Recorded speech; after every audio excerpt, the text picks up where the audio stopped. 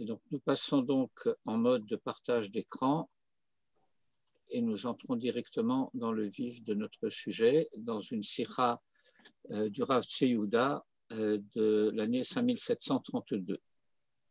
Le premier sujet que le Rav Tzvi Yehuda va aborder, c'est l'étonnement que suscite le fait que nous ayons ici une paracha qui porte le nom d'un goy.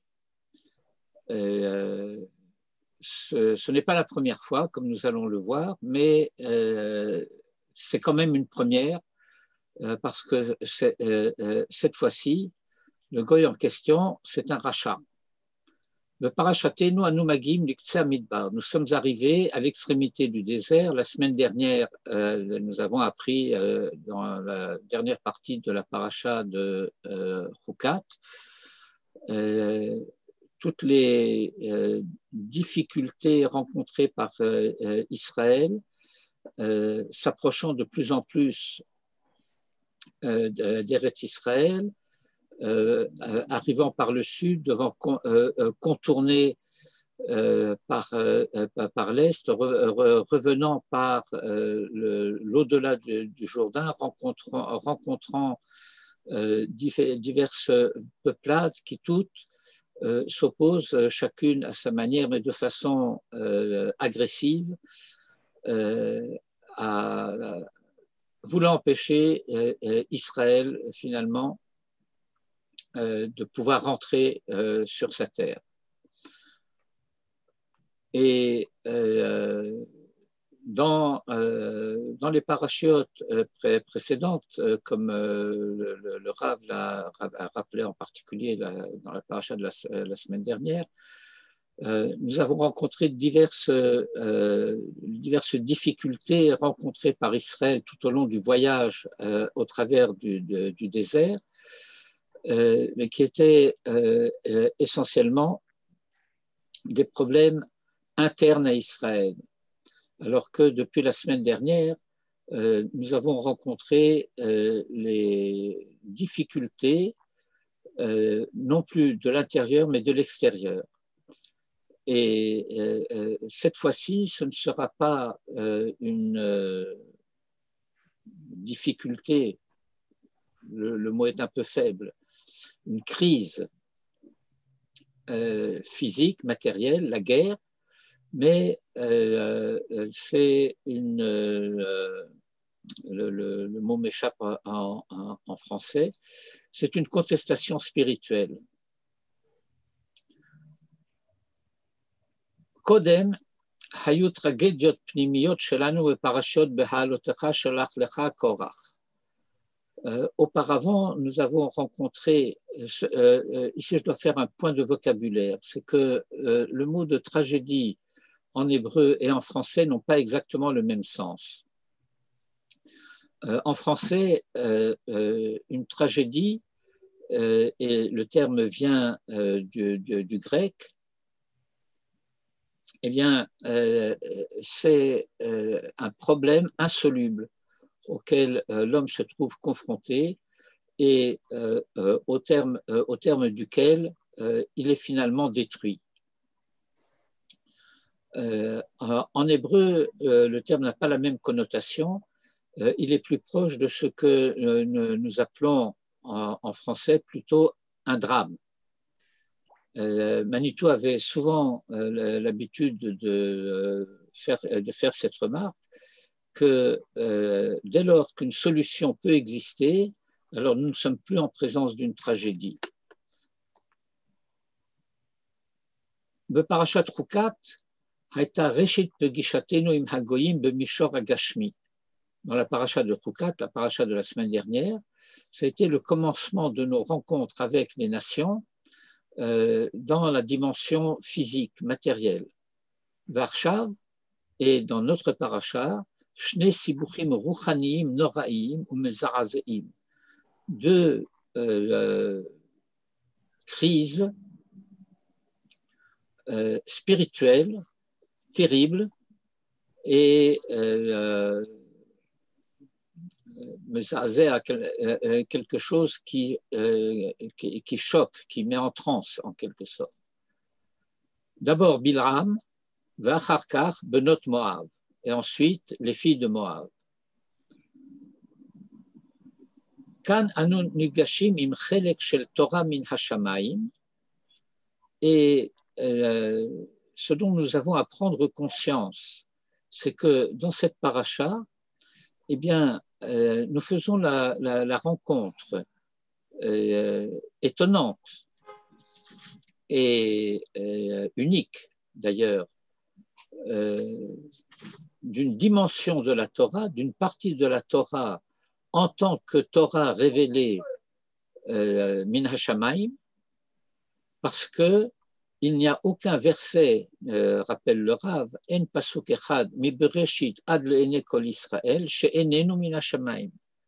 Il n'y a pas de parenthèse dans le récit de la Torah, parenthèse qui serait le fait que serait inséré dans la Torah quelque chose qui ne serait pas de l'ordre de la révélation. Et nous rencontrons donc une dimension de Torah, encore une fois au sens très strict et propre du mot Torah, shenikra al shem goy. Zehu davar nora. C'est une chose fantastique. Omnam, certes, yesh od parasha batorah al shem goy, parasha Yitro. Nous avons une autre parasha qui a porté le nom d'un non-hébreu, de quelqu'un qui n'était pas d'Israël, mais il y a une très grande différence. Jéthro, beau-père de Moïse, il est venu rejoindre Israël. Comme nous parlons français, nous allons utiliser le terme classique, le Hitgayer, il s'est converti, mais en réalité, ce terme est impropre. Je ne veux pas développer ce sujet parce que je veux pouvoir étudier le plus possible du texte du Rav. Et c'est un texte cette semaine qui est en soi un peu long, bien que nous n'allons pas étudier ensemble toutes les notes, en particulier les longues notes qui ont été reportées à la fin du texte, mais néanmoins, nous avons beaucoup de matériaux à étudier. Et donc, cela ne peut pas se comparer à Balak. D'autre part, et c'est un autre sujet d'étude pour lui-même, mais que nous n'allons pas aborder en tant que tel, c'est le fait de comprendre pourquoi cette paracha porte le nom de Balak alors qu'elle concerne essentiellement Bilram. Dans la Gemara de Baba Batra, rappelle le Rav, il y a une liste détaillée concernant la mise par écrit de ce qu'on appelle en français le canon biblique. Mikatav kol chelek mikitve hakodesh. Par qui a été mise par écrit telle ou telle partie de l'écriture. Mikatav et Yirmiyahu, Mikatav et Yecheskel, vechule. Qui a mis par écrit le livre de Jérémie, celui d'Ézéchiel, et ainsi de suite. Et dans ce même passage du Talmud, dans Baba Batra 14b, nous lisons Moshe Katav Sifro ve Parashat Bilram, que Moïse a écrit son livre et la Parashat de Bilam, et d'ailleurs aussi le livre de Job. Sifro ze Hachumash.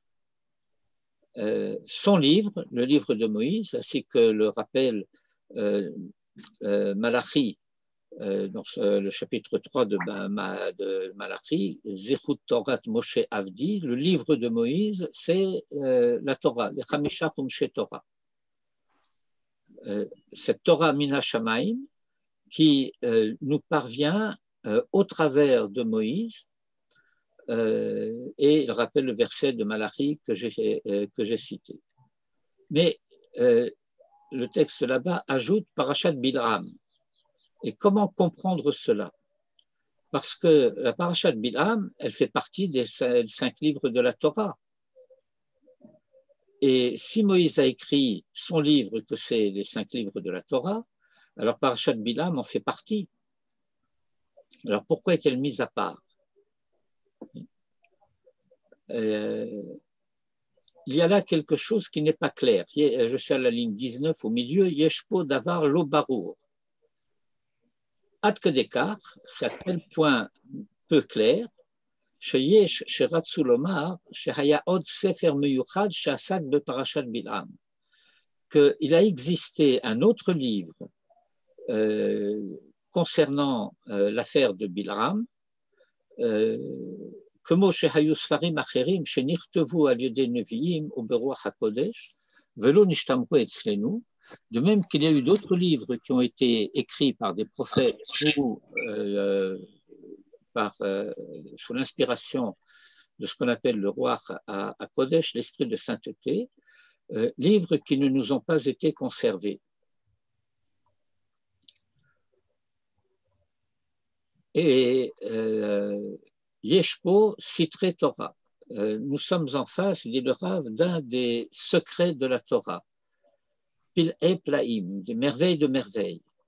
Parasha Zo, cette parasha, Kaviachol ena mitiacheset le ktivat haTorah shel Moshe Rabbeinu, apparaîtrait comme n'étant pas en rapport avec l'écriture de la Torah de Moïse, au sens des 5 livres de Moïse. Sujet d'étude, sujet de réflexion, qui pourrait faire l'objet d'une étude entière, mais une soirée d'étude n'y suffirait pas. Et donc, puisque nous avons rencontré Bil'am, nous devons faire sa connaissance, en quelque sorte, et mieux savoir qui est Bil'am. Ha'ishiyut ha'ikarit beparashatenu hi Bil'am. La personnalité principale de notre parasha, c'est Bil'am. Le Balak yesh tafkid tzedadi. Balak a un rôle secondaire. Lihyot gorem la hofa'a shel Bil'am. C'est lui qui va provoquer l'apparition, l'intervention de Bil'am. Hu haya bimtsuka gedola mipnei ha'am hamiyuchad hazeh. Il était en grande détresse à cause de ce peuple particulier, Israël. La reine Kara le Bil'am, et c'est la raison pour laquelle il fait appel à Bil'am. Yesh le hitbonen mihu Bil'am. Et nous avons à prendre en considération qui est Bil'am. Huenostam goy pashut. Il ne s'agit pas simplement d'un goy parmi d'autres. Hu ishiyut meyuchedet. C'est une personnalité particulière, Alea Nehemar, à propos de laquelle il est dit à plusieurs reprises dans notre paracha, Vaïssa Meshalo Vayomar. C'est un passage, quelques mots d'un verset qui sont un peu difficiles à traduire, donc je ne commencerai pas par traduire, je poursuivrai la lecture. Ma perouche bitouizé, que signifie cette expression? Vaïssa Meshalo Vayomar. Eh bien, un machal, c'est pas un proverbe comme parfois on le traduit. Le Sefer Michelet, on traduit proverbe de Salomon. Mais il s'agit de quelque chose qui est simultanément de l'ordre de la prophétie, nevoa, de l'ordre du chant, shira, de l'ordre du chazon, de la vision, nisgav, suprême. Le Bil'am, yesh kisharon bitui adir. Bil'am possède une capacité, une faculté d'expression formidable. Pokot signon godolim, une extraordinaire puissance stylistique. Alors, première chose à comprendre, que Shem Sheyesh Madrigot Godolot Bigdusha, de la même manière qu'il y a des degrés, des niveaux dans la sainteté, des niveaux de plus en plus grands dans la sainteté, car Yesh Madrigot Godolot Bahefer. Et de même, il y a des niveaux de grand niveau dans ce qui est contraire à la sainteté. Balak afrou shayach lahen be'ezomida. Et ces degrés opposés à la sainteté, Balak en participe aussi d'une certaine manière. Mikoach devarim chitzoniim shel tum'a, en rapport avec le domaine extérieur à la sainteté qui est celui de l'impureté. Là aussi, c'est un sujet pour lui-même, ce qu'on appelle l'impureté. Ça se rapporte essentiellement à plusieurs choses que nous apprenons tout au long du livre de Vaïkra, mais je ne ferai qu'une seule remarque à ce sujet. C'est qu'en français, l'impureté se présente comme comment dirais-je, l'absence de la pureté.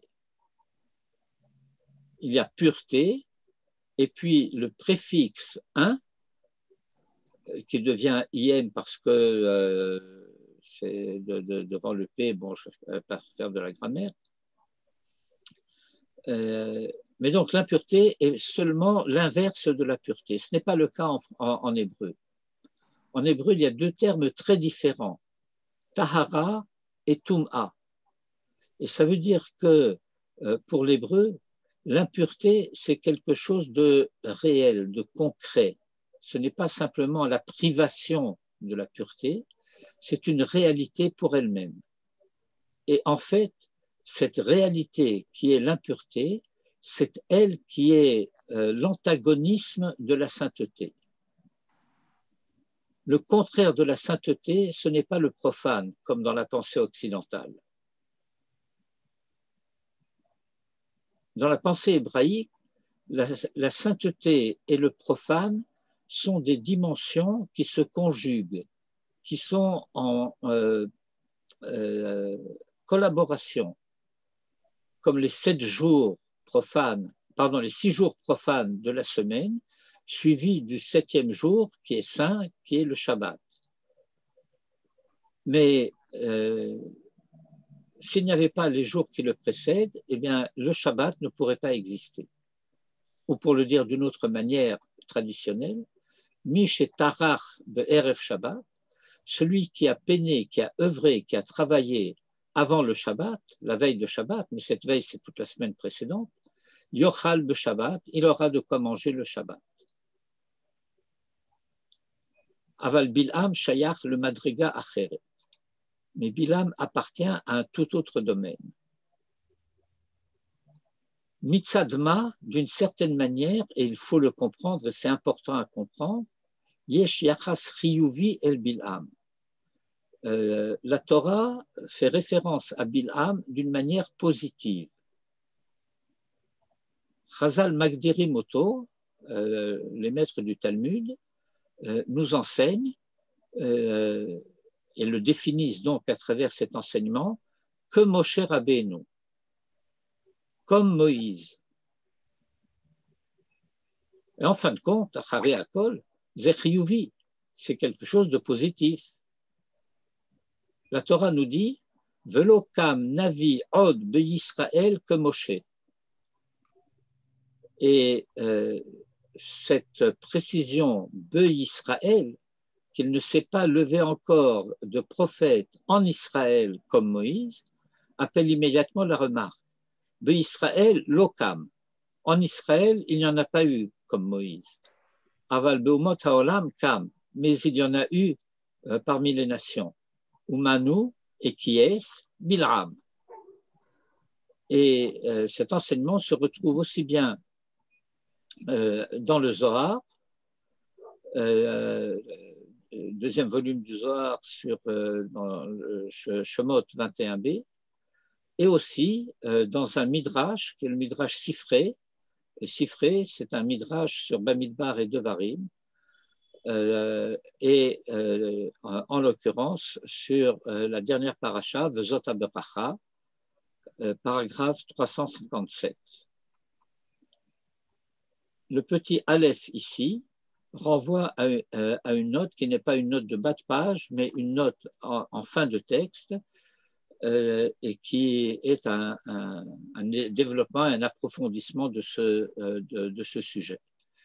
Ceux qui en ont le loisir et le désir, eh bien, je les invite très chaleureusement à lire ces notes qui sont toujours extrêmement riches. Im Chazal Omrim Lanu, si nos maîtres nous disent Shebegoyim Kam que Moshe, que parmi les nations il s'est levé quelqu'un comme Moïse, Hare Hem Magdirim Oto que Moshe, que Navi, cela signifie qu'ils le définissent comme Moïse, c'est-à-dire comme prophète. Et le fait de dire de quelqu'un qu'il est prophète, Zot Hagdara Chiyuvit, c'est une définition positive. Yesh Hashva'a ben ma shebe Yisraël ben ma sheba Goyim. Il y a une comparaison entre quelque chose qui est en Israël et quelque chose qui est chez les nations. Parce qu'un prophète, ce n'est pas simplement n'importe qui. C'est quelqu'un à qui Dieu parle. Elahu Adam Shedvar Hashem Mofia Befiv. Quelqu'un dans la bouche de qui est venue la parole de Dieu. Il y a un verset explicite dans le Sefer Devarim où Dieu fait dire à Moïse Navi Hakim Lahem Mikerev Achehem Kamocha. Je susciterai pour eux d'entre leurs frères un prophète comme toi. Venatati devarai befi, et je mettrai mes paroles dans sa bouche. Et dans notre paracha, Yeshnam devarim meforashim, nous avons aussi des expressions extrêmement explicites. Vayasem Hashem davar befi Bil'am. Et Hashem plaça une parole dans la bouche de Bil'am. C'est exactement la même impression que celle qui concerne les prophètes d'Israël. Vayikar Hashem el Bil'am, et Dieu s'aventura auprès de Bil'am. Vayasem davar befiv, et il mit une parole dans sa bouche. Omnam, et c'est là un sujet qui n'est pas facile à comprendre, c'était un prophète betum'a, berish'ut, prophète vraiment prophète, et impur vraiment impur, et racha vraiment racha. Nous n'avons pas vraiment de terme en français pour traduire racha. La plupart des termes utilisés sont impropres en réalité.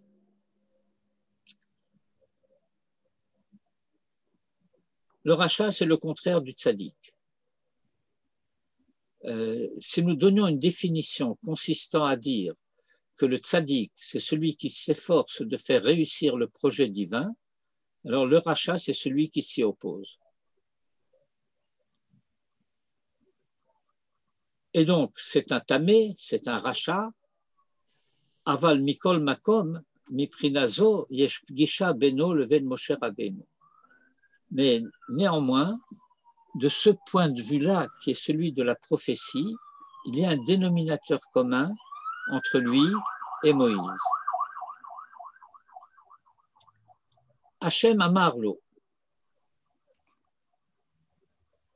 Hachem, nous disons Dieu parce que nous parlons français, mais nous avons plusieurs termes que nous pouvons être tentés de traduire par le mot Dieu, comme Elohim par exemple.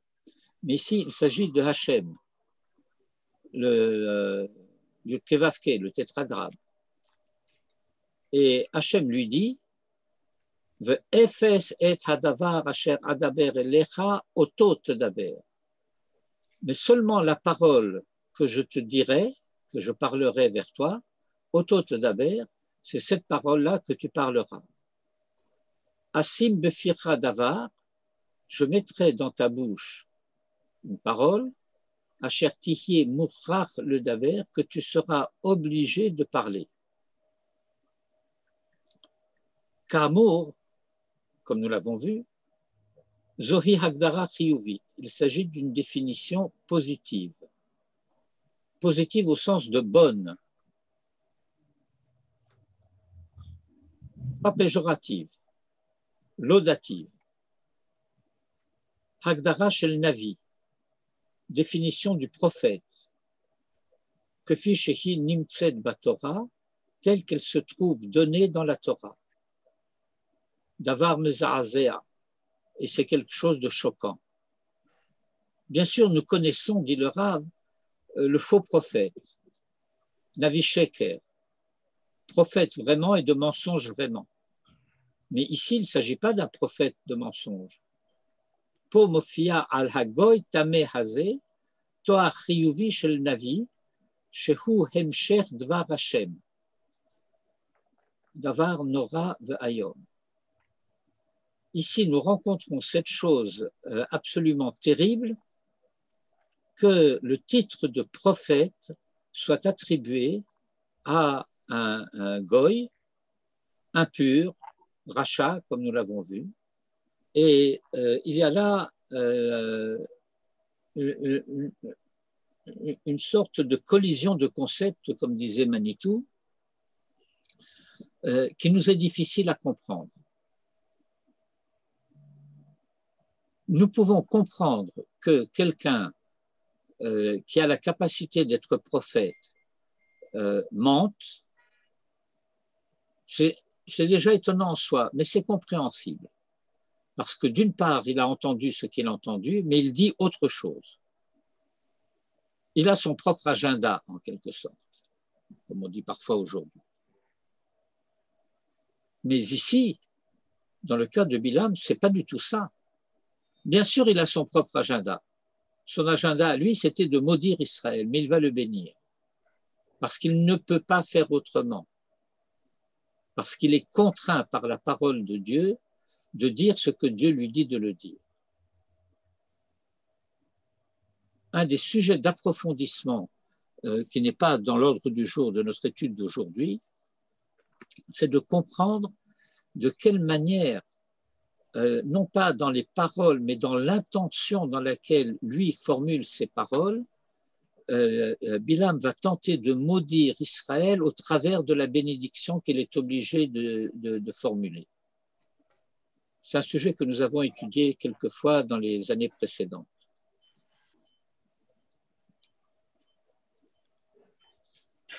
Yesh madregot b'shayachut lidvar Hashem.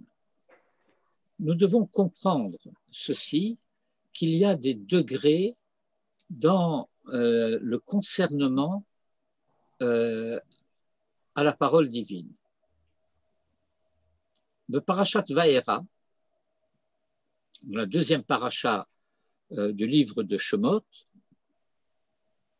Dieu révèle à Moïse Vaera el Avraham el Yitzhak el Yaakov el Shaddai ushmi Hashem lo nodati lahem. Je me suis fait voir à Abraham, à Isaac et à Jacob Be'el Shaddai dans la catégorie du Dieu Tout-Puissant, ushmi Hashem, et mon nom est Hashem. Sous-entendu, par conséquent, lo nodati lahem, je n'ai donc pas été connu d'eux. Ce n'est pas que les patriarches n'auraient pas connu le nom Hashem. La Torah témoigne qu'il en est autrement. Dès le début de la paracha de Lech Lecha, nous rencontrons Abraham, Vayikra Beshem Hashem, qui invoque le nom de Hashem. Et cela se reproduit à de très nombreuses reprises. Les patriarches connaissaient ce nom. Mais ce que ce verset de Vaera dévoile, c'est qu'ils connaissaient le nom, mais ils n'en avaient pas l'expérience. Parce que le Shem Hashem, l'une des significations spécifiques du Shem Hashem, c'est celui qui réalise les promesses données. Or, les patriarches ont reçu les promesses, ils n'en ont pas vu l'accomplissement. Et donc, ils n'ont pas connu Hachem dans la catégorie de la réalisation des promesses qu'ils avaient reçues. L'autre nom que nous connaissons, Elohim, Zehu Shem Klali, c'est un nom générique qui appartient d'une part, à la manière dont se dévoile, quand elle se dévoile, la présence divine dans le monde, et qui est un nom, Elohim, qui va désigner aussi bien Hashem Hua Elohim, Dieu comme tel, et les divinités des nations, qu'on appelle par ailleurs Elohim Acherim. Mais le nom, en quelque sorte, est associé. Le même nom sert de véhicule à la formulation de la présence divine authentique et d'une présence divine en quelque sorte déléguée, si vous voulez. Et voilà que nous avons dans notre paracha une expression utilisée par Bilam qui va dire Hachem Elokai, Hachem mon Dieu. Or, Hachem est a priori un nom qui est réservé à Israël. Et voilà que ce goy va dire Hachem mon Dieu. Il y a une dimension de transcendance dans le nom Hachem et Bilam prétend avoir accès à cette transcendance. Bilam l'appelle mon Dieu, son Dieu, comme s'il était son copain. Hachem Sam Devaro Befiv, mais cette prétention de Bilam, ce n'est pas une pure forfanterie, parce que Hachem va mettre sa parole dans sa bouche. Alors cette personnalité étrange, le Ishiyut HaMeshuna, de Ha'anakit, et d'une envergure d'identité gigantesque, Yesh Shayachut le Shem Shamaim. Il y a un rapport au nom divin. Plae Plaim. C'est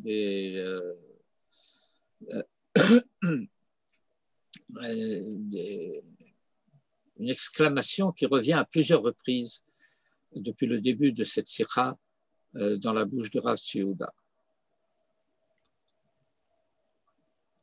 Ma inyana shel buriya miyuchedet zo hamelea tum'a be'Elohim. Quel rapport y a-t-il entre cette créature particulière emplie d'impureté, tout entière d'impureté, quel rapport peut-elle avoir avec Dieu?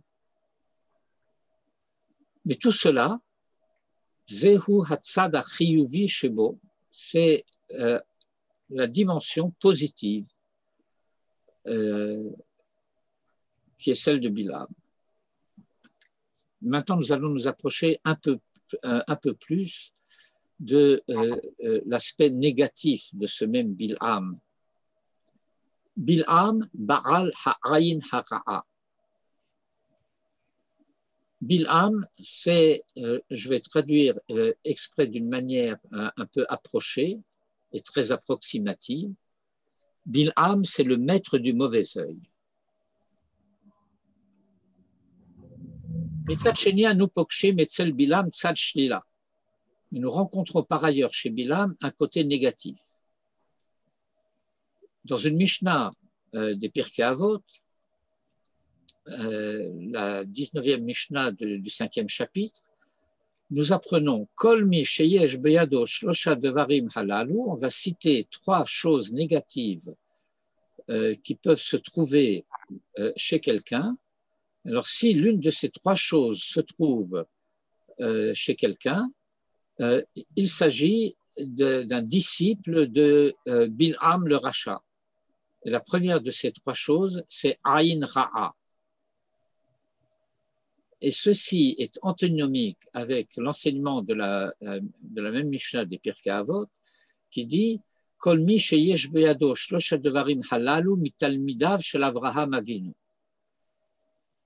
Quiconque possède ces trois choses est un disciple d'Abraham notre père. Rishon Bahem, et la première de ces trois choses, c'est Aïn Tova. de la définition de Aïn Tova, nous allons comprendre ce que nous devons entendre par Aïn Ra'a. Aïn Tova, c'est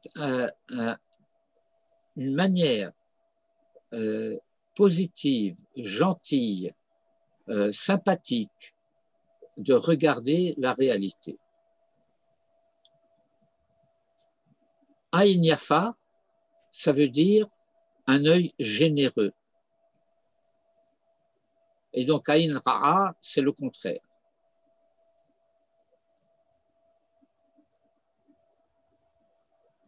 Un terme en français, par exemple, mesquin.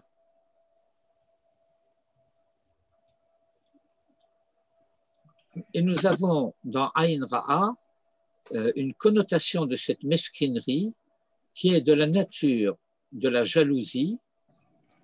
Ce terme de jalousie a un pendant qui est celui de envie. Alors la jalousie et l'envie, ce sont deux défauts des trunot raot, ce sont des midot raot qui n'ont pas exactement, ou même pas du tout, le même sens. Il y a l'envie qui fait que je désirerais avoir quelque chose que l'autre a, et la jalousie serait plutôt le fait que n'ayant pas quelque chose, je ne veux pas que l'autre l'ait.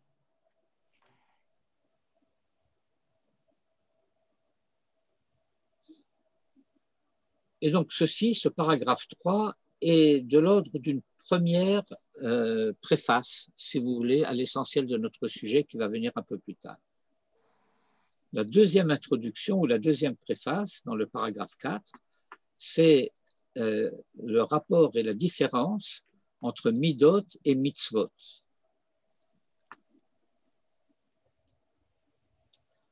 Moshe Kibel Torah Misinaï, nous dit la première Mishnah des Pirkei Avot. Et donc, la Torah en tant que telle, tout entière, nous parvient au travers de Moïse. Kol HaTorah Kula Nagia Elenu Mimoshe Rabbeinu. Et dans son commentaire, Maïmonide précise Lo minavi acher, d'aucun autre prophète, velo min neviim shekadmulo, ni de prophètes qui l'ont précédé. Les prophètes qui l'ont précédé, ce sont les patriarches. Abraham, Isaac, Jacob, Joseph. Et de tous, nous apprenons un certain nombre de choses concernant l'identité d'Israël. Mais ces différentes choses concernant l'identité d'Israël que nous apprenons d'Abraham, d'Isaac, de Jacob, de Joseph et des autres, ce sont ce qu'on appelle des midot. On traduit parfois midot par des qualités.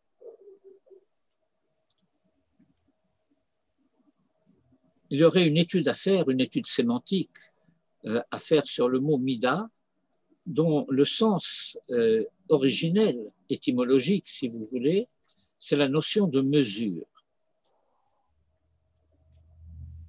Finalement, les midot, ce sont les mesures par lesquelles, ou les valeurs plus exactement, par lesquelles se mesure l'identité humaine. La charité, la générosité, la justice, la bonté, etc.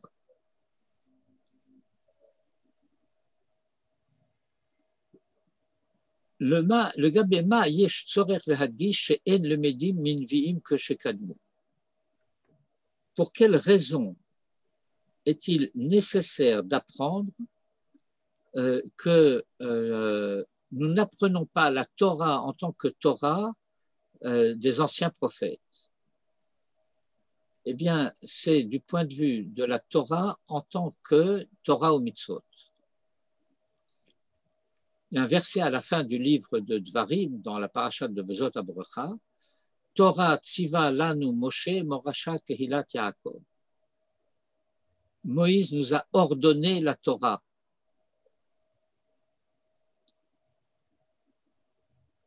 Morasha Kehilat Yaakov.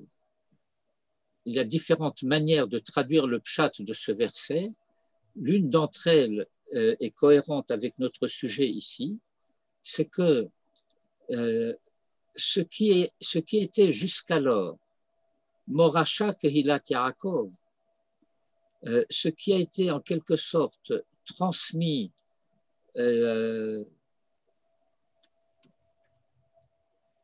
Morasha, c'est ce qui est transmis par héritage.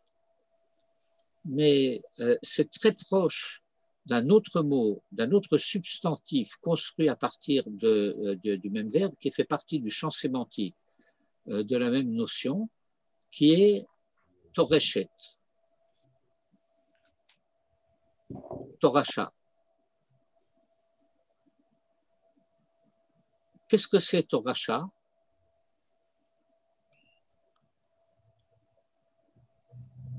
Qu'est-ce que c'est quelque chose qui est Torashti? Un gène, non. Oui, quelque chose d'héréditaire. Héréditaire.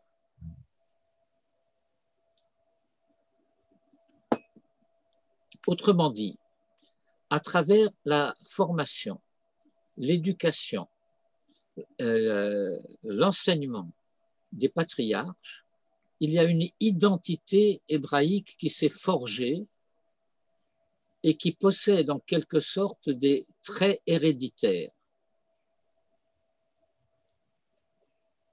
Ces traits héréditaires deviennent en quelque sorte, à différents titres, à différents degrés, comme ce qu'on appelle une seconde nature.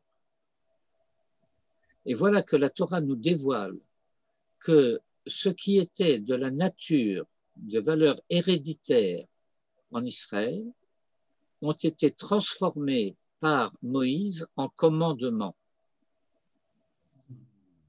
Autrement dit, Israël reçoit à titre de commandement d'avoir à s'identifier en pratiquant les commandements à ce qu'étaient les valeurs des pères. Je donnerai deux exemples rapidement. Il y a une alliance qui a été conclue entre Dieu et Abraham, celle de la circoncision. Et donc, dans une société traditionnelle, eh bien, il y aurait le fait qu'on pratique la circoncision par fidélité à la tradition d'Abraham. Et cette dimension existe aussi.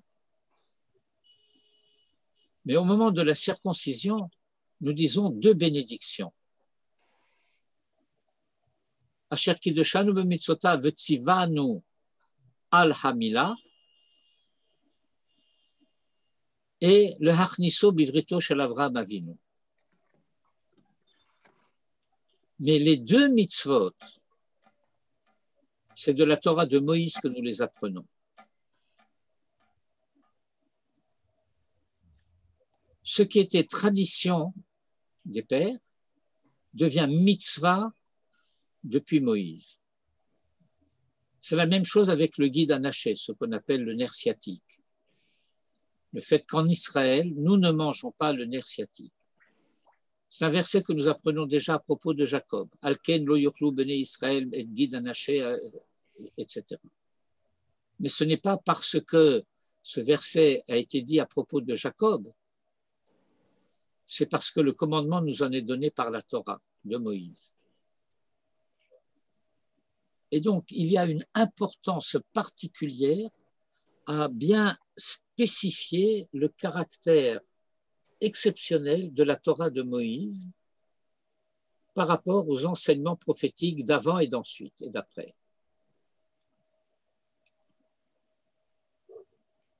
Aval yesh hakdama le Torah vel mitzvot. Donc nous devons savoir que la Torah et les mitzvot, ça commence avec Moïse, mais l'identité hébraïque ne commence pas avec Moïse, elle commence avec Abraham. Abraham à Ivry.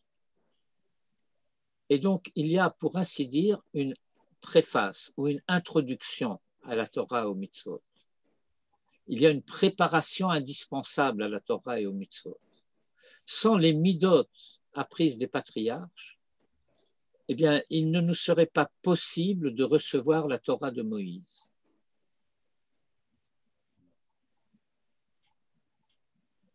Et d'une manière encore un peu plus appuyée, un peu plus en profondeur, je dirais que si nous ne possédons pas les midot des patriarches, eh bien, nous ne pouvons pas comprendre vraiment ce que la Torah nous demande, ce qu'elle exige de nous.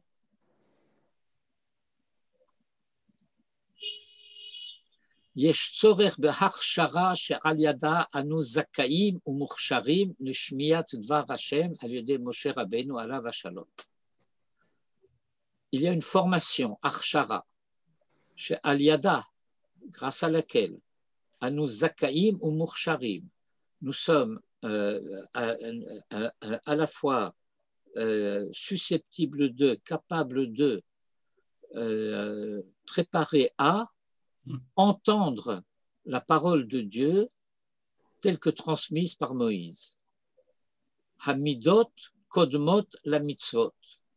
Les midot précèdent les mitzvot. Une autre manière de dire cela à laquelle nous sommes plus habitués, derech eretz kadma la Torah. Et Manitou avait l'habitude de préciser derech eretz ha'avot. La conduite derech eretz des patriarches. La manière de se conduire, la manière d'être homme que nous apprenons des patriarches. Hamitzvot hen mi Moshe Rabbeinu. Vehamidot me Avraham Avinu. Les mitzvot nous viennent de Moïse, les midot nous viennent depuis Abraham. Hamishna בפרקי אבות מלמדת אותנו שיסוד המידות הוא בגזע, בתכונה, באופי, בסגולה, ומתוך כך אפשר להגיע למעמד הר סיני.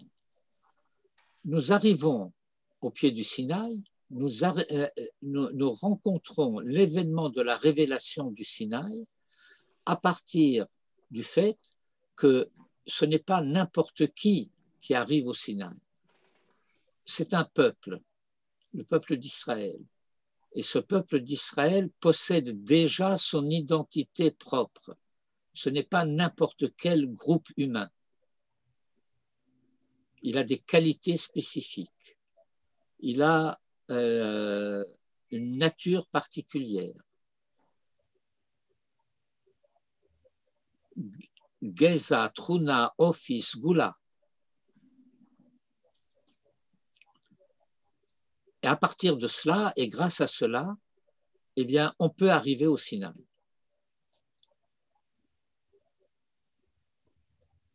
On peut comprendre cette dernière phrase du Rav Tzvi-Yehuda, Mitorkach efshar le hagia le Mahamad har Sinai, à la manière dont Manitou en parlait, en disant qu'une fois arrivés au Sinaï, les Hébreux n'ont plus le choix. Dieu renverse sur eux la Torah comme un baquet et leur dit, vous acceptez la Torah, c'est bien, sinon votre tombeau. Et que par conséquent, le mérite d'Israël, c'est d'être arrivé au Sinaï. Et qu'est-ce qui a rendu possible ce mérite d'Israël d'arriver au Sinaï? Eh bien, c'est le fait qu'il avait la formation des midot des patriarches. Troisième préface, Aïn Tova, ou Aïn Yafa. Aïn Yafa, j'ai traduit tout à l'heure par un regard généreux. Aïn Yafa hi sympathia el haberiot. C'est la sympathie à l'égard des créatures. C'est quoi les créatures? Ce n'est pas simplement une certaine façon stylistique de s'exprimer, c'est le fait que l'œil, le regard positif, considère les êtres qu'elle considère en tant qu'elles sont des créatures du même Dieu, du seul Dieu. Et il y a donc, à l'égard de toutes les créatures, et le kol habriot, ce fait que être créature du Créateur unique, c'est appeler un regard bon, gentil, généreux, sympathique.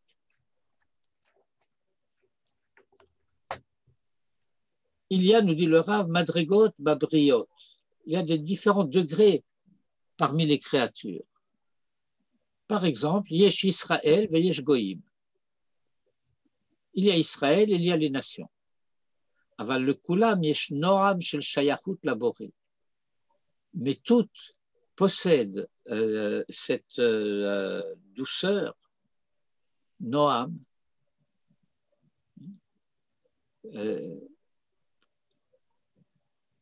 Il n'y a pas de terme en français, je vais en fabriquer un.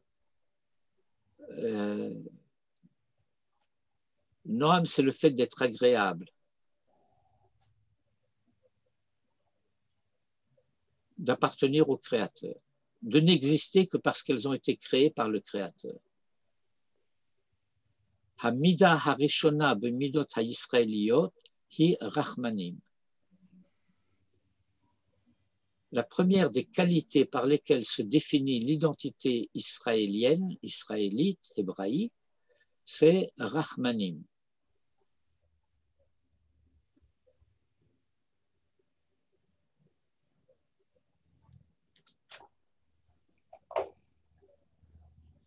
Comment traduire rachmanim? On traduit par miséricordieux. Et vous savez ce que ça veut dire, miséricordieux?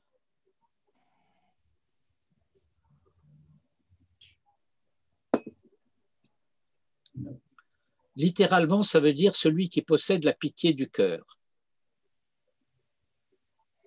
Et maintenant, on est supposé savoir.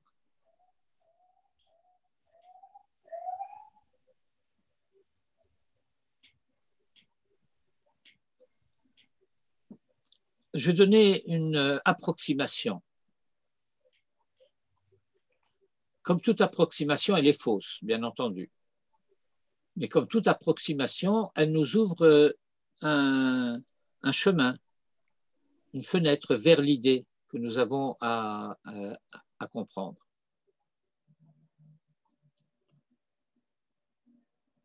Lorsque je considère certaines réalités, certains événements, eh bien, je peux avoir une tendance à la juger avec sévérité ou une tendance à préférer la juger avec clémence. Le fait d'être rachmanim, c'est d'être porté a priori plutôt vers la clémence que vers la sévérité.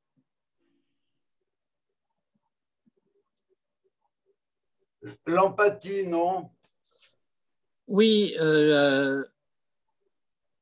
empathie, ça serait vrai également par rapport à ce que le Rav dit à propos de Aïn Yafa, sympathia el habriot. Là, on pourrait utiliser le terme d'empathie. Mais aussi bien sympathie que empathie, dans des nuances différentes, signifie littéralement, dans l'étymologie, souffrir avec, partager la souffrance d'autrui. En français, pâtir, c'est souffrir. C'est être capable d'éprouver en soi et par soi les souffrances d'autrui. Mais Rachmanim, c'est quand même différent. C'est le fait que, ayant apporté un jugement, je préfère la clémence à la sévérité. Muskar bekama mekomot bagmara, on rappelle à plusieurs endroits dans la Gemara, on rencontre un juif. Quelqu'un se présente comme un juif. Mais voilà, on constate qu'il est cruel. Et à différentes reprises dans la Gemara, on nous dit, eh bien, si on rencontre quelqu'un de cruel, on doit faire une enquête. Est-il vraiment de descendance, enfin d'ascendance plus exactement juive? Adam Arzari Tsarich Bedika Imhu Mizaro Shel Avraham Avinu. Parce qu'un juif cruel, ce n'est pas normal. Que Sheyesh Arzariout, Krirut, Vadishut, lorsque nous rencontrons ces attitudes qui sont la cruauté, la froideur ou comment on appelle ça en français, l'indifférence, Adishut, Tsarich Bdika Bageza. Alors il faut vérifier est-ce qu'il s'agit vraiment d'un juif authentique. Ad Kedekar, à ce point, le Umadze, si on rencontre quelqu'un qui est Merachem al-Haberiot, qui a pitié des créatures, pour traduire un peu littéralement, Beyadoua shehu mizaro shel Avraham Avinu. Alors on sait que c'est quelqu'un qui descend d'Avraham notre père. Et peut-être que les vicissitudes de l'existence ont fait qu'il est né en dehors d'Israël. Mais il devrait être dedans et pas dehors.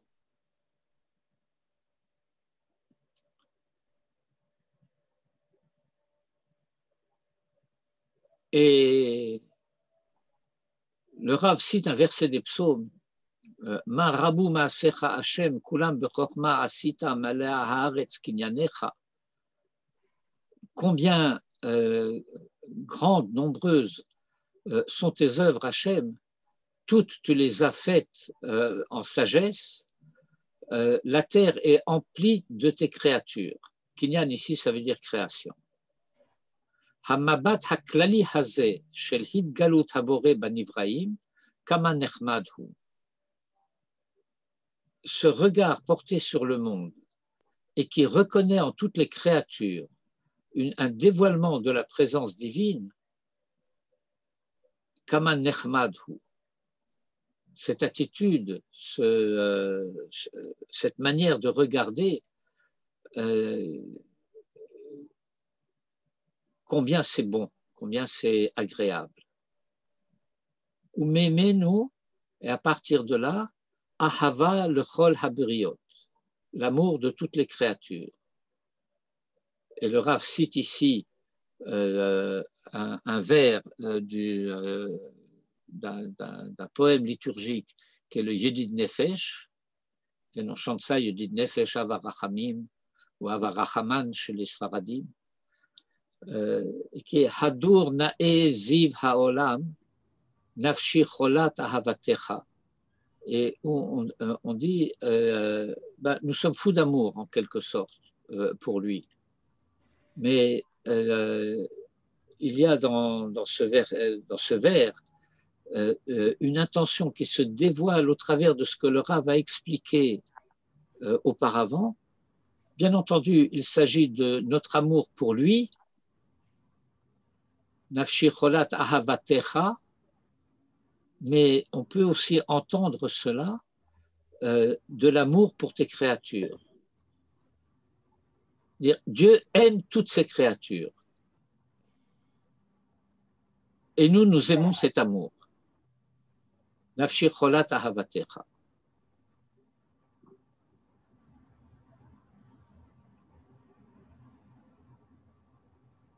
Enfin, 6e paragraphe, Chesed l'Avraham.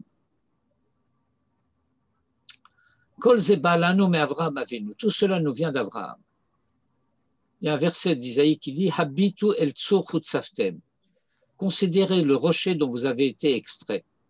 Habitu el Avraham avichem. Regardez Avraham, votre père. Atahu Hashem haElokim asher bacharta ba'Avraham. C'est toi, Hashem, Dieu, qui a fait choix d'Avraham. Verset de Néhémie. Et Avraham avinu magia elenu, mi Avraham avinu, d'Abraham, nous recevons cette vertu, Ha'ain Hayafe El Kol Habriot, cette capacité de regarder avec générosité toutes les créatures.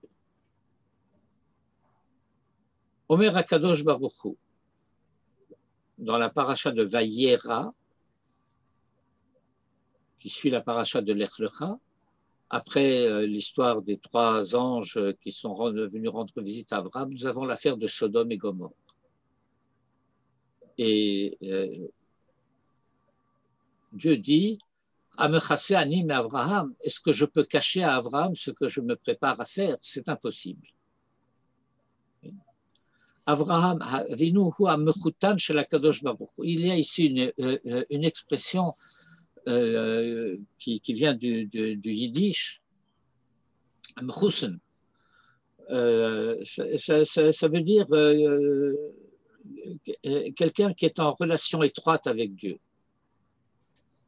à la manière dont les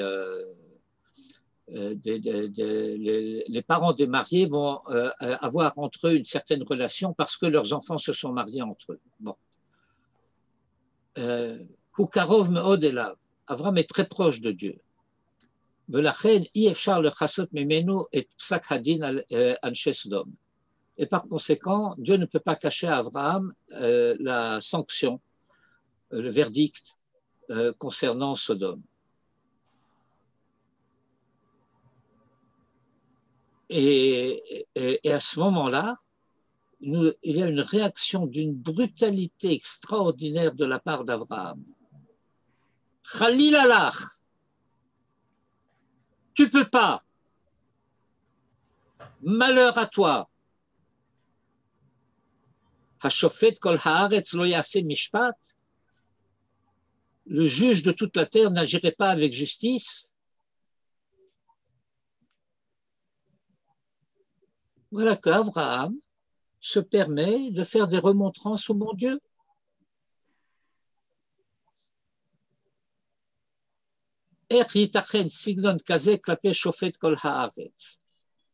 Comment comprendre que soit possible une telle manière de parler à l'égard du juge de toute la terre? Abraham va faire la morale à Dieu, Netinat Moussa, Netinat Adracha. Il va lui expliquer comment il doit se conduire. C'est choquant. Oui, mais c'est ça Abraham. Et là, chez Nimshach Meha'ain Hayafe chez Abraham Avinu El Kol Habriot, y compris Sodome. De la même manière, ligne 17, Abraham reçoit des invités. Machnis Orchim. יש הדגשה מיוחדת בעניין הזה. Il y a une précision particulière, spécifique à ce sujet. Il reçoit des hommes, pas des anges. Quelle est l'importance de cette remarque? Le Rav va raconter une anecdote. יש סיפור על אדם גדול שבא לעיירה ומתקשה למצוא מלון. Voici qu'un personnage important arrive quelque part dans un village et il n'arrive pas à trouver à se loger. Il croyait, Yeshpo Nerbadim Asherim, il y a ici des notables riches, Bevadaï Yichi Makom Laloun, il est certain que je trouverai où me loger. Avalhem Enam Machnisim Oto, mais ils ne le reçoivent pas, sous prétexte que chez nous, ce n'est pas un hôtel. Et puis voilà que se répand la rumeur qu'un personnage important est arrivé en ville. Alors tout le monde dit, eh bien, il va venir chez moi. Pourquoi il va venir chez moi? Parce que c'est un personnage important, mais toi, là, quand tu ne savais pas que c'était un personnage important, tu n'en voulais pas. Tu l'as fichu à la porte. Par conséquent, c'est quoi ton hospitalité? Tu veux t'enrichir de sa richesse? Tu vas t'enorgueillir de son orgueil? Tu veux que son honneur rejaillisse sur toi? Kacher Malach Ba, quand c'est un ange qui vient, Azmachnissim Oto, alors on lui donne l'hospitalité. C'est pas comme ça, Abraham. Avraham Avinu alav shalom machnis anashim, lo malachim. L'hospitalité d'Abraham, c'est à l'égard des hommes, pas des anges. Ha'ain yafa shelo makefet et kol haberiot kulan.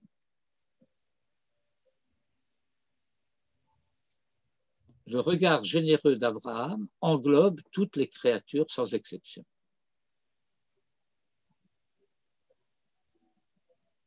Paragraphe 7, Ohev et amakom, Ohev et aberiot. Et ce paragraphe que nous n'allons pas lire, mais que je résume rapidement, c'est le fait que d'une manière normale en Israël, c'est une des caractéristiques de l'identité hébraïque, que l'amour de Dieu et l'amour des créatures vont ensemble.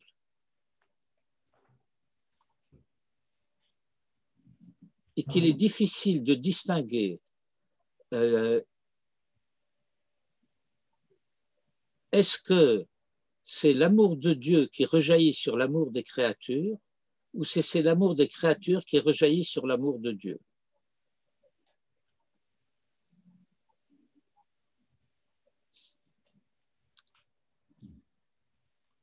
Et nous arrivons à une comparaison entre Bilam et Abraham. Tout à l'heure, nous avions la comparaison au niveau de la prophétie, et c'est là qu'au niveau de la prophétie, il y avait un dénominateur commun entre Moïse et Bilam. Et ici, nous arrivons à l'absence de tout dénominateur commun entre Bilam et Abraham. La dimension absolument négative, mauvaise de Bilam, c'est comparé à Abraham. Mitzad echad, d'une part, yesh hakbala ben Bilam leven Moshe Rabbeinu. Il y a un parallèle entre Bilam et Moïse. Leur définition à tous deux en tant que prophètes. Ça, c'est le côté positif de Bilam. Aval mitzad sheni, mais d'autre part, yesh shlila betachlit hashlila. Il y a la négativité absolue.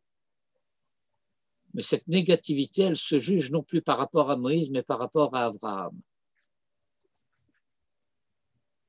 Non plus par rapport à ce que nous sommes supposés entendre et apprendre, la Torah de Moïse, mais une opposition par rapport à ce que nous sommes au niveau de l'être, au niveau de l'identité, à Geza. Ain Tova hi miyesodam shel Israël. Ça fait partie du fondement de l'identité. Adinut ve'atzilut. Ou Bilam hu hahefer mizeh. Le contraste absolu de Bilam par rapport à toutes les vertus d'Abraham. C'est une grandeur gigantesque dans le mal. Celui-ci est prophète et celui-là est prophète.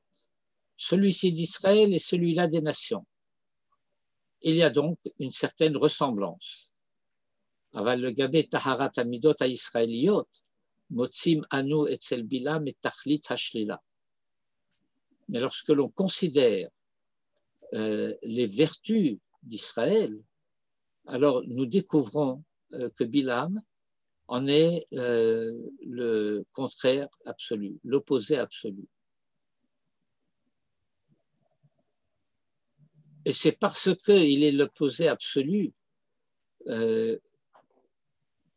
parce qu'il sait qu'il n'est pas Israël, qu'il ne peut pas être Israël, et qu'il voudrait être Israël, et qu'il ne le peut pas, qu'il est Israël. Et nous trouvons ici, d'une manière extrêmement fine et précise, la définition même de l'antisémitisme.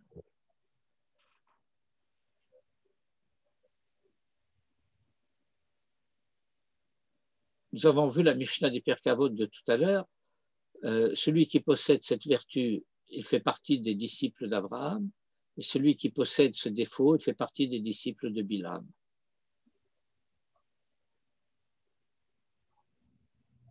Aïn Ra'a, l'œil mauvais, que je préfère au mauvais œil. Vous savez qu'en français, quand on intervertit le nom et l'adjectif, on obtient un sens tout à fait différent. Un bonhomme et un homme bon. Le mauvais œil et un œil mauvais. Ahefer me'asimpatia ha'elohit shel Avraham, Avraham Ohavi. C'est Dieu qui parle d'Abraham chez le prophète Isaïe.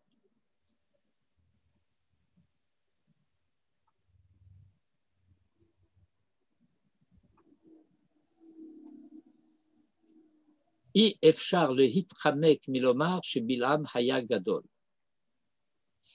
Il est impossible d'éviter de devoir dire que Abraham était grand.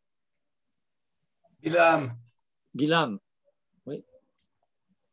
Il est impossible d'éviter d'avoir à dire que Bilam était grand. Grand dans le mal. Grand dans la prophétie, s'exprimant au travers du regard mauvais. Ce regard mauvais, j'ai expliqué cela tout à l'heure, qui fait qu'au travers de l'intention qu'il met dans ce qu'il dit, il transforme les paroles de bénédiction en intention de malédiction. Comme nous arrivons au terme du temps qui nous est imparti dans nos études, je vais juste terminer la lecture de ce paragraphe. Vous continuerez la lecture du texte par vous-même. L'hébreu n'est pas très difficile. Et le Rav termine ce paragraphe en disant que nous avons à considérer cet aspect extraordinaire, cette manifestation, cet événement historique particulier. Le havin est à koach ha'adir shel ha'beriya ha'anakit hazot, shedvar Hashem befiha, ma inyana be'etzem. Qui est-il vraiment ce Bilam, qui est d'une part un prophète, qui est porteur de la parole divine que Dieu lui-même met en sa bouche, et qui, dans son envergure de mal, de méchanceté, cherche à détruire Israël par sa parole. Je donnerai simplement un exemple pour illustrer ce que j'ai dit il y a quelques instants. Et il y a parmi les plus beaux versets qui ont d'ailleurs été aussi introduits d'une certaine manière dans le livre des prières d'Israël, des versets que nous devons à ce rachat. Ma tovu ohalecha Yaakov mishkenotecha Israël. Quelles sont belles tes tentes, Jacob, tes demeures, Israël.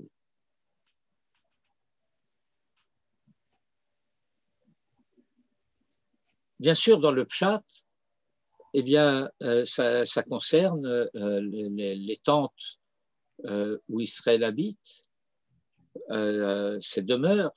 Matovu halecha Yaakov mishkenotecha Israël. Mais en profondeur de cette formulation, on trouve Ma tovu ohalecha Yaakov, que c'est remez le ohel moed, et mishkenotecha Israël, que c'est un remez au Mishkan. Et donc, Bilam va dire de manière appuyée, parce qu'il ne peut pas faire autrement que de dire cela. Ma tovu mishkenotecha Israël, ma tovu halecha Yaakov mishkenotecha Israël. Quelles sont belles tes tentes, Jacob, et tes demeures, Israël. Et l'intention mauvaise, c'est puisses-tu n'avoir jamais de demeure en dur.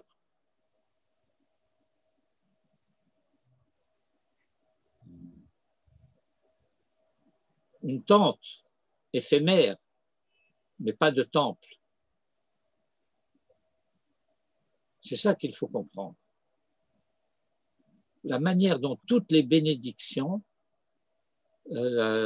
visent à être des malédictions.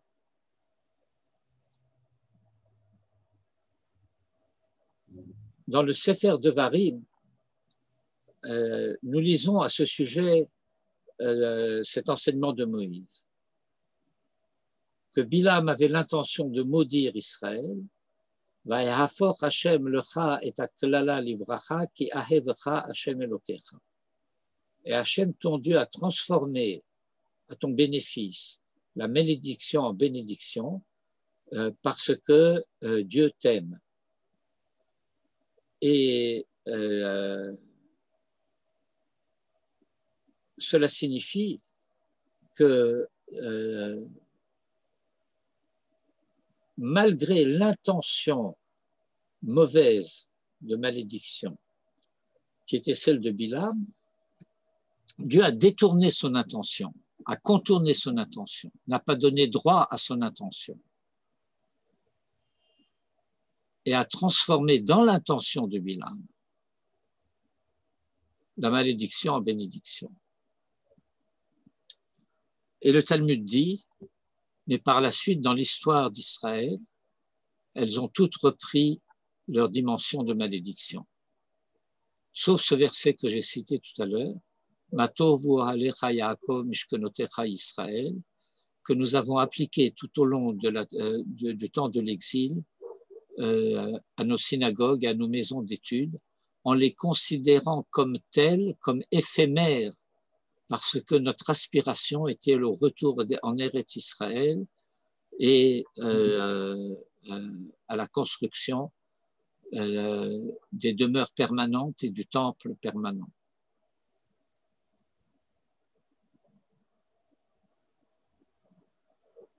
Et c'est très exactement lorsque nous le disons à la manière dont cela doit être dit, que nous disons cette formule, et je conclurai par cela, lorsque nous entrons dans la synagogue.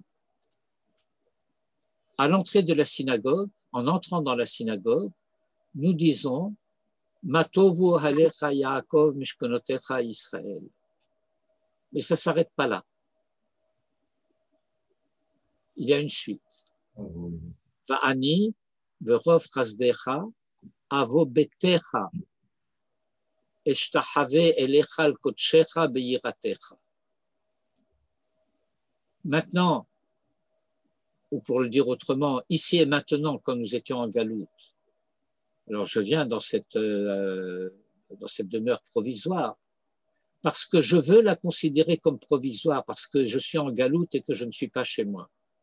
Mais ce à quoi j'aspire, ce à quoi j'atteindrai, j'arriverai,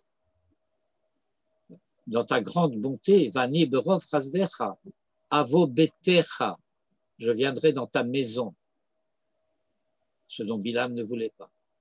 Et je me prosternerai au sanctuaire de ta sainteté, veyiratecha, dans la crainte de toi. Bimhera beyamen.